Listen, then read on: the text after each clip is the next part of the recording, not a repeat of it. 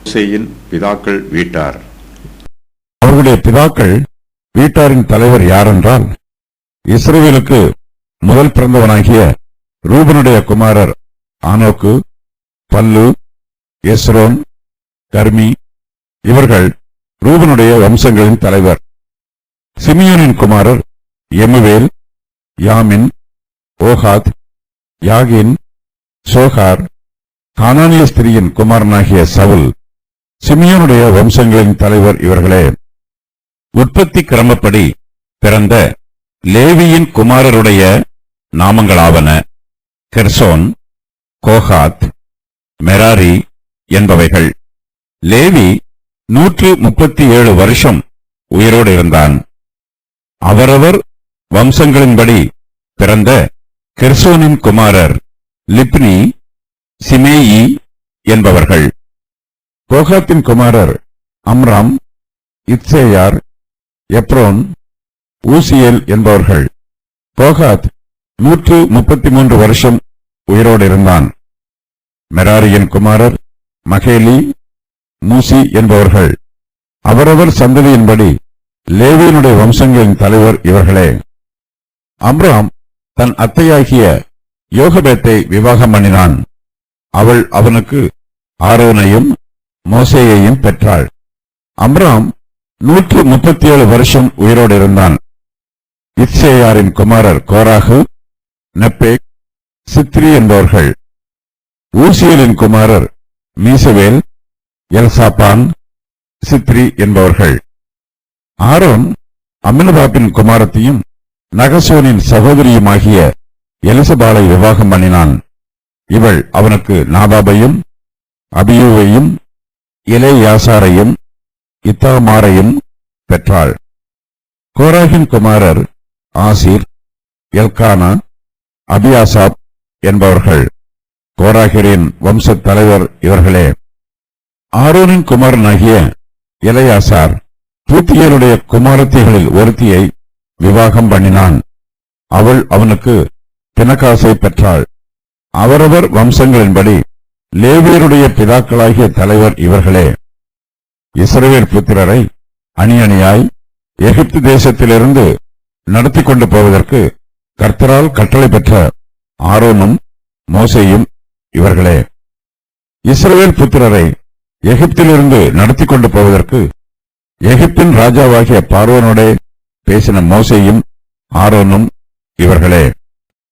யாத்திராகமம் 6:14 முதல் 25 வரையிலும் உள்ள வசனங்கள் இந்த அதிகாரத்தில் சேர்க்கப்பட்டிருக்கும் ஓர் இணைப்பு பகுதியாகும். இதில் யாக்கோபு, லேயாள் ஆகியோரின் முதலாவது குமாரரை பற்றி கூறப்பட்டிருக்கிறது. இஸ்ரவேலில் இருந்தே எபிரேயரின் தலைவர்கள் வந்திருக்கிறார்கள் என்பதை இந்த இணைப்பு பகுதி உறுதிப்படுத்துகிறது.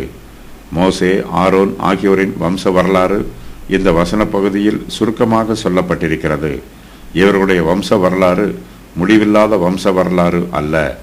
இங்கு சொல்லப்படும் வம்ச வரலாறு மோசே, ஆரோன் ஆகிய முற்பிதாக்களோடு முடிவு பெறுகிறது. மோசேயும் ஆரோனும் இஸ்ரவேல் புத்திரர் என்பதும் எகிப்து தேசத்திலே அடிமைகளாய் இருக்கிற இஸ்ரவேல் புத்திரருக்கு இவர்கள் இருவரும் சதையாகவும் எலும்பாகவும் இருக்கிறார்கள் என்பதும் இந்த வசன பகுதியில் உறுதி பண்ணப்படுகிறது. மோசேயும் ஆரோனும் தங்கள் சொந்த ஜனத்தாராகிய இஸ்ரவேல் புத்திரரை எகிப்து தேசத்திலிருந்து அழைத்து கொண்டு போக வேண்டும். மோசே, ஆரோன் ஆகியோருடைய பிதாக்களின் வீட்டாரை பற்றி இந்த வசனத்தில் சொல்லும்போது அவர்களில் 3 தலைவர்களை பற்றி இங்கு சொல்லப்பட்டிருக்கிறது. ஆதியாகமம் 46வது அதிகாரம். அவர்கள் ரூபன், சிமியோன், லேவி என்போராவர். அவர்களுடைய பிதாக்கள் வீட்டாரின் தலைவர் யாரென்றால், இஸ்ரவேலுக்கு முதல் பிறந்தவனாகிய ரூபனுடைய குமாரர் ஆனோக்கு, பல்லு, எஸ்ரோம், கர்மி. இவர்கள் ரூபனுடைய வம்சங்களின் தலைவர். சிமியோனின் குமாரர் எமுவேல், யாமின், ஓஹாத், யாகின், சோகார். கானானிய ஸ்திரியின் குமாரனாகிய சவுல் சிமியோனுடைய வம்சங்களின் தலைவர் இவர்களே. யாக்கோபு மரிக்கும்போது தன்னுடைய குமாரருக்கு ஆசீர்வாதமான வார்த்தைகளை சொன்னார். மோசேயும் ஆரோனும் லேவி கோத்திரத்திலிருந்து வந்திருக்கிறார்கள். ஆரோனுடைய காலத்திலிருந்து ஆசாரிய ஊழியம் லேவி கோத்திரத்தாருக்கு கொடுக்கப்படுகிறது. லேவியின் குமாரருடைய நாமங்கள் இந்த வசன பகுதியில் சொல்லப்பட்டிருக்கிறது. அதன் விவரம் வருமாறு: உற்பத்தி கிரமப்படி பிறந்த லேவியின் குமாரருடைய நாமங்களாவன: கெர்சோன், கோகாத், மெராரி என்பவைகள். லேவி 137 வருஷம் உயிரோடு இருந்தான். அவரவர் வம்சங்களின்படி பிறந்த கெர்சோனின் குமாரர் லிப்னி, சிமேயி என்பவர்கள். கோகாத்தின் குமாரர் அம்ராம், இத்சேயார், எப்ரான், ஊசியேல் என்பவர்கள். கோகாத் 133 வருஷம் உயிரோடு இருந்தான். மெராரியின் குமாரர் மகேலி, மூசி என்பவர்கள். அவரவர் சந்ததியின்படி லேவியினுடைய வம்சங்களின் தலைவர் இவர்களே. அம்ராம் தன் அத்தையாகிய யோகபாத்தை விவாகம் பண்ணினான். அவள் அவனுக்கு ஆரோனையும் மோசேயையும் பெற்றாள். அம்ராம் 137 வருஷம் உயிரோடு இருந்தான். இத்சேயரின் குமாரர் கோராகு, நெப்பேக், சித்ரி என்பவர்கள். ஊசியேலின் குமாரர் மீசவேல், எல்சாபான், சித்ரி என்பவர்கள். ஆரோன் அம்னதாபின் குமாரத்தியும் நகசோனின் சகோதரியுமாகிய எலிசபாலை விவாகம் பண்ணினான். இவள் அவனுக்கு நாதாபையும் அபியூவையும் எலையாசாரையும் இத்தாமாரையும் பெற்றாள். கோராகின் குமாரர் ஆசீர், எல்கானா, அபியாசாப் என்பவர்கள். கோராகியரின் வம்சத் தலைவர் இவர்களே. ஆரோனின் குமாரனாகிய எலையாசார் பூத்தியேலுடைய குமாரத்திகளில் ஒருத்தியை விவாகம் பண்ணினான். அவள் அவனுக்கு பினகாசை பெற்றாள். அவரவர் வம்சங்களின்படி லேவியருடைய பிதாக்களாகிய தலைவர் இவர்களே. இஸ்ரவேல் புத்திரரை அணி அணியாய் எகிப்து தேசத்திலிருந்து நடத்தி கொண்டு போவதற்கு கர்த்தரால் கட்டளை பெற்ற ஆரோனும் மோசேயும் இவர்களே. இஸ்ரவேல் புத்திரரை எகிப்திலிருந்து நடத்தி கொண்டு போவதற்கு எகிப்தின் ராஜாவாகிய பார்வோனோட பேசின மோசேயும் ஆரோனும் இவர்களே. ஆரோன் அமினதாபின் குமாரத்தையும் நகசோனின் சகோதரியுமாகிய எலிசாபாலை விவாகம் பண்ணினார். அமினதாப் யூதா கோத்திரத்தை சேர்ந்தவர். இஸ்ரவேல் புத்திரருடைய சரித்திரத்தில் லேவி கோத்திரத்தாரும் யூதா கோத்திரத்தாரும் பெண் கொடுத்து பெண் எடுத்து தங்களுக்குள்ளே விவாகம் செய்து கொள்கிறார்கள். இஸ்ரவேலருடைய பிதாக்கள் வீட்டாரின் தலைவருடைய அட்டவணை இந்த வசன பகுதியில் சொல்லப்பட்டிருக்கிறது. அதன் விவரம் வருமாறு: ரூபனுடைய வம்சங்களின் தலைவர் 4 குமாரர். சிமியோனுடைய வம்சங்களின் தலைவர் 6 குமாரர். லேவியினுடைய வம்சங்களின் தலைவர் கெர்சோன், கோகாத், மெராரி. கெர்சோனின் வம்சங்களின் தலைவர் 2 குமாரர். கோகாத் வம்சங்களின் தலைவர் 4 குமாரர். மெராரி வம்சங்களின் தலைவர் 2 குமாரர். கோகாத்திலிருந்து அம்ராமின் வம்சங்களின் தலைவர் 2 குமாரர். கோகாத்திலிருந்து இத்சேயாரின் வம்சங்களின் தலைவர் 3 குமாரர். கோகாத்திலிருந்து ஊத்சியேலின் வம்சங்களின் தலைவர் 3 குமாரர். கோகாத்திலிருந்து அம்ராமுடைய ஆரோனின் வம்சங்களின் தலைவர் 4 குமாரர்.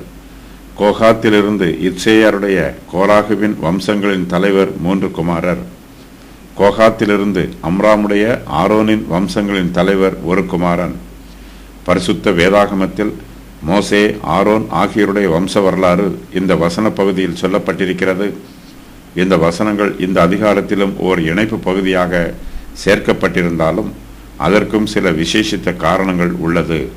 அதன் விவரம் வருமாறு: இஸ்ரவேலரின் வம்ச வரலாற்றில் மோசே, ஆரோன் ஆகியோருடைய ஸ்தானத்தை தெளிவுபடுத்துதல், தங்களுடைய தலைவர்கள் ஆபிரகாமின் சந்ததியிலிருந்து வந்திருக்கிறார்கள் என்பதை இஸ்ரவேல் புத்திரருக்கு வெளிப்படுத்தி காண்பித்தல், லேவி கோத்திரம் இஸ்ரவேலின் ஆசாரிய கோத்திரம் என்பதையும் லேவியின் 3 முக்கிய வம்சங்களையும் தெளிவுபடுத்துதல், லேவி, கோகாத், அம்ராம் ஆகியோரின் ஜீவிய காலத்தை வெளிப்படுத்துதல், லேவியின் குமாரரில் கோகாத் முக்கியமான புத்திரன் என்பதை தெளிவுபடுத்துதல், இஸ்ரவேலரின் முக்கியமான தலைவர்களான மோசேயும் ஆரோனும் கோகாத் வம்சத்தில் வந்தவர்கள் என்பதை தெளிவுபடுத்துதல், லேவி கோத்திரத்தாரின் தலைவர்களுடைய பெயர்களை குறிப்பிடுதல்.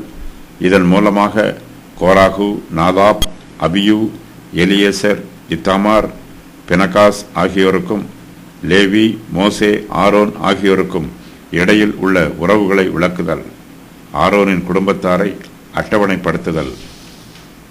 யாக்கோபுக்கும் லேயாளுக்கும் பிறந்த 3வது குமாரனின் பெயர் லேவி. இவர் எல்லா ஆசாரியர்களுக்கும் லேவியர்களுக்கும் தலைவர். இவர் 137 வருஷம் உயிரோடு இருந்தார். லேவி யோசேப்பை விட 27 வருஷமும் மோசேயை விட 17 வருஷமும் அதிகமாக உயிரோடு இருந்தார். யாக்கோபோடு லேவி எகிப்திற்கு போனபோது அவருடைய வயது 49. லேவியின் குமாரன் அம்ராமை பெற்றான். அம்ராம் மோசே, ஆரோன் ஆகியோரின் தகப்பன். கோகாத்தின் புத்திரரில் எப்ரோனின் வம்சத்தை பற்றி இங்கு கூறப்படவில்லை. இதற்கு காரணமும் தெளிவாக தெரியவில்லை. எப்ரோன் புத்திரர் எண்ணாகமம் 3:27 ஆகிய வசனங்களில் கூறப்பட்டிருக்கிறார்கள். கோகாத் 133 வருஷம் உயிரோடு இருந்தான். யோசேப்பை விட 23 வருஷமும் மோசேயை விட 13 வருஷமும் அதிகமாக உயிரோடு இருந்தான். யாக்கோபு எகிப்துக்கு போவதற்கு முன்பாகவே கோகாத் பிறந்து விட்டான். அம்ராம் தம் அத்தையாகிய யோகபாத்தை விவாகம் பண்ணினான். இஸ்ரவேலரின் வரலாற்றில் நெருங்கிய உறவினரை திருமணம் செய்யும் வழக்கம் ஆரம்ப காலத்தில் அதிகரிக்கப்பட்டிருந்தாலும் பிற்காலத்தில் அது தடை பண்ணப்பட்டிருக்கிறது. புறஜாதியாரிடமிருந்து இஸ்ரவேல் தேசம் பிரிந்து தனி தேசமாக ஆனபோது தேவன் அவர்களுக்கென்று விசேஷித்த குடும்ப உறவு பிரமாணங்களை கொடுக்கிறார். அம்ராம் 137 வருஷம் உயிரோடு இருந்தான். யோசேப்பை விட 27 வருஷமும் மோசேயை விட 17 வருஷமும் அதிகமாக அம்ராம் உயிரோடு இருந்தான். இஸ்ரவேல் புத்திரர் எகிப்து தேசத்திலிருந்து புறப்பட்டு போவதற்கு 80 வருஷங்களுக்கு முன்பாக அம்ராம் மோசேயை பெற்றான். மோசே பிறந்தபோது அம்ராமின் வயது என்ன என்று தெரியவில்லை. அம்ராமின் மனைவியாகிய யெகேபாத் லேவியின் குமாரத்தி. இவள் லேவியின் குமாரனான கோகாத்தின் சகோதரி. கோராகு என்பவன் மோசேக்கு எதிராக கலகம் பண்ணியதினால் பூமி இவனை விழுங்கிற்று. ஊசியேல் என்பவன் ஆரோனின் சிறிய தகப்பன். எலிசாப்பான் என்றும் இந்த பெயருக்கு கர்த்தருடைய ஆணை என்று பொருள். எலிசபெத் என்னும் பெயருக்கு இதே பொருள்தான். யூதாவின் அரச கோத்திரத்தில் இவள் அரசியாக இருக்கிறாள். அமினதாப் என்பவன் நகசோனின் தகப்பன். இவன் யூதா கோத்திரத்து தலைவன். இவனுடைய வம்ச வழியில் இயேசு கிறிஸ்து வருகிறார். ஆரோனின் 4 குமாரர்களை பற்றி இந்த வசன பகுதியில் சொல்லப்பட்டிருக்கிறது. அவர்களை பற்றிய விவரம் வருமாறு. நாதாப், இவனும் அபியூகுவும் சீனாய் மலையில் தேவனை காண்பதற்காக அழைக்கப்பட்டார்கள். ஆசாரிய ஊழியத்திற்காக இவர்கள் இருவரும் வேறு பிரிக்கப்பட்டார்கள். கர்த்தருக்கு முன்பாக இவர்கள் அந்நிய அக்கினியை கொண்டு வந்ததினால் இவர்கள் இருவரும் மரித்து போனார்கள். அபியூ எலெயாசார் பினகாசின் தகப்பன். நாதாவும் அபியூவும் மரித்த பின்பு எலெயாசார் லேவி கோத்திரத்திற்கு தலைவனானான். ஆரோனுக்கு பின்பு பிரதான ஆசாரியனானான். மோசேக்கும் யோசுவாவிற்கும் உதவி புரிந்தான். இவனுடைய மரணமும் சந்ததியும் யோசுவா 24:33 வசனத்திலும் 1 நாளாகமம் 24வது அதிகாரத்திலும் கூறப்பட்டிருக்கிறது. இத்தாமார் ஆசரிப்பு கூடாரத்தின் பொக்கிஷங்களுக்கு அதிகாரியாக இருந்தான். இவனுடைய சந்ததியை பற்றி 1 நாளாகமம் 24வது அதிகாரத்தில் கூறப்பட்டிருக்கிறது. பினகாஸ் பாவத்தை வைராக்கியத்தோடு நியாயம் தீர்த்தான். ஆகையினால் நித்திய உடன்படிக்கையையும் நித்திய ஆசாரியத்துவத்தையும் சுதந்திரித்து கொண்டான். லேவியரின் கோகாத் புத்திரருக்கு பினகாஸ் தலைவன். மோசேயும் ஆரோனும் இவர்களே என்னும் வாக்கியத்தோடு இந்த இணைப்பு பகுதி நிறைவு பெறுகிறது. இந்த இணைப்பு பகுதி இங்கு இணைக்கப்பட்டிருப்பதற்கான காரணம் மறுபடியும் இங்கு வலியுறுத்தி கூறப்படுகிறது. மோசேயின் பெயரும் ஆரோனின் பெயரும் வரிசை மாற்றி பயன்படுத்தப்பட்டிருக்கிறது. யாத்திராகமம் 6:26 வசனம் ஆரோனை மூத்தவனாகவும், யாத்திராகமம் 6:27 வசனம் இஸ்ரவேல் ஜனங்களை வழிநடத்தி கொண்டு போகும் தலைவனாகவும் வலியுறுத்துகிறது.